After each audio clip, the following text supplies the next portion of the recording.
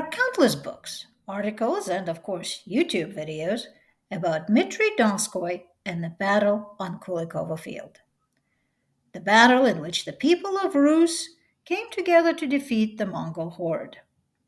But there's a lot less information out there about the 100 or even 200 years that followed. This is a gap these videos aim to fill. My name is Anna Engelsone, and I write historical fiction set in medieval Eastern Europe. I'd like to thank Robert Stiles for this incredible opportunity to record a video for channel Legendarium. Part 1: Vasily the First. So, on September 8th, 1380, Dmitry Donskoy, 29-year-old Prince of Moscow, defeated the armies of Mamai on Kulikovo Field. Yay! Did he throw off the Mongol yoke? No. Was that even his goal? Also no.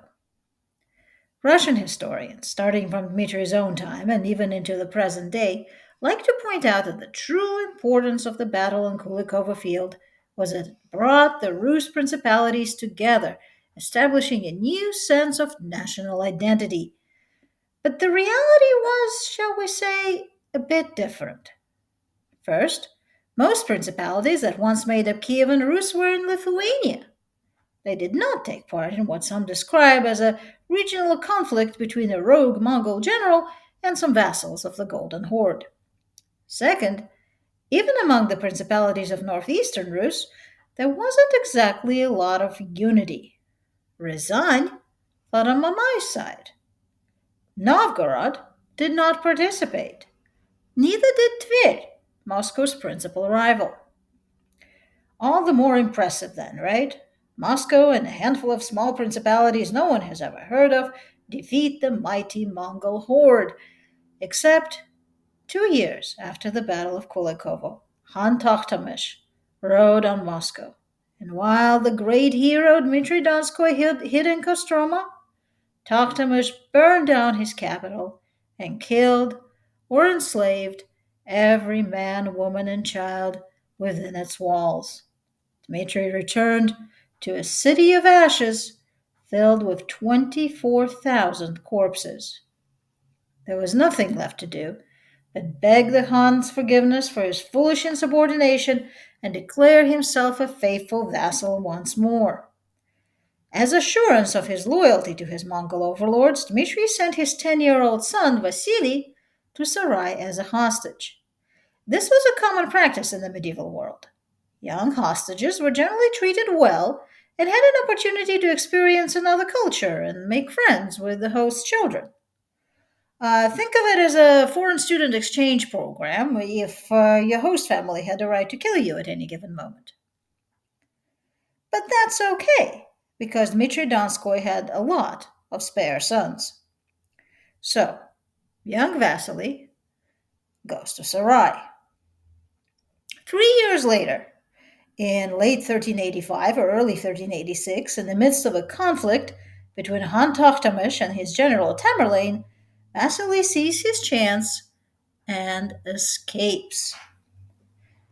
Now, Vasily is smart enough to know not to go straight north to Moscow and instead travels by way of Moldavia to Lithuania, where he catches the eye of Duke Vytautas. Duke Vytautas is unhappy with his cousin Jogaila.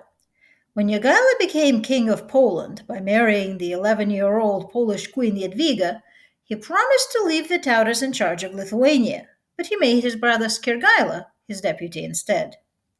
Vytautas looks at Vasily and sees an opportunity. He sends messengers to Dmitry Donskoy proposing a betrothal between the 14-year-old Vasily and his 16-year-old daughter, Sophia.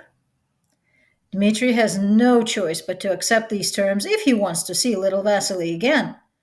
But he is in no hurry to name the date, nor does he send any troops to aid Vytautas against his cousin. In 1389, Dmitry Donskoy dies. Vasily becomes the Prince of Moscow, and Sophia finally arrives in Moscow to marry her intended. Moscow chroniclers do not say she was a beauty, but they do write two things about her. One, that she has inherited her father's good character. Let's see. The good character of the man who has reneged on every alliance he has ever made and led pillaging crusaders into his own country in order to wrestle power from his cousin. Yeah. Two, that she was not, I repeat, not, a honey trap. Okay, then, that clears that up, I guess. In 1389, Vasily begins the work that his grandson Ivan the Great would be famous for, gathering the assorted principalities of northeastern Rus under Moscow's banner. Suzdal and Nizhny Novgorod, Murom, Kaluga, Vologda, and so on all become part of Moscow within a few years. At the same time, he refuses to allow Lithuania to annex any Rus territories. Vytautas takes Smolensk in 1401, and between 1405 and 1408, he tries to attack Pskov and Novgorod several times without success, and eventually has to sue his son in law for peace. Meanwhile, the Golden Horde has descended into anarchy. That means Vasily has to contend with rogue Mongol raids on his territories, but it also means that he can stop paying tribute to the Khan. He still collects it from his subjects, of course, and from the rest of the northeastern Rus principalities, too, and the money settles in his treasury. Some goes to supply the army, and some is diverted to various projects like the new mechanical clock, one of the first of its kind in Europe, which was installed in the Kremlin in 1404. In the meantime, Vasily and Sophia are hard at work performing the royal couple's most important job, producing an heir. Unfortunately, most of Sophia's pregnancies end in miscarriage or early death. It must have caused Vasily a lot of grief, but one person is quite happy about it: Vasily's little brother, Yuri. According to the inheritance system established by Yaroslav the Wise over 400 years earlier, the so called ladder rule, Yuri expects that, as long as he outlives his brother, he will rule Moscow next. After his death, however, the inheritance will pass to Vasily's sons, not Yuri's. Unless, that is, Vasily leaves no sons. Conveniently, Vasily's male children tend to die young. One makes it to 20 before he has an unfortunate accident. But then, Sophia surprises both her brother in law and 15th century obstetrical science by getting pregnant again at 45. And she survives the birth, and the baby also survives, and it's a boy. 10 years later, on his deathbed, Vasily officially names his son, Vasily Jr., the heir to Moscow, and leaves him in the care of his father in law, Vytautas, who at 75 is also very much alive.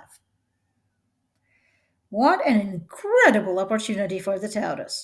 Imagine for a moment an alternative history in which Russia does not exist, uh, and the vast Lithuanian Empire stretches across all of northeastern Europe. In 1425, at the death of Vasily I, this future was a distinct possibility. Vasily's brother Yuri goes, "Dude, what about me? Doesn't lateral mean anything to you? You'd rather have our old enemy, Lithuania, in charge? What's wrong with you?" And Vasily goes, "Bro, I'm dead." And Sophia goes, "You fool, you didn't actually think your brother was the one in charge here, did you?" So it begins, the great war between the grandchildren of Dmitri Donskoy. Over the next 30 years, many people will die. Many others, including Vasily II, will lose parts of themselves, figuratively or in some cases literally. In our next video, we will follow Vasily II from his ascension to the throne in 1425 to his gruesome death in 1462.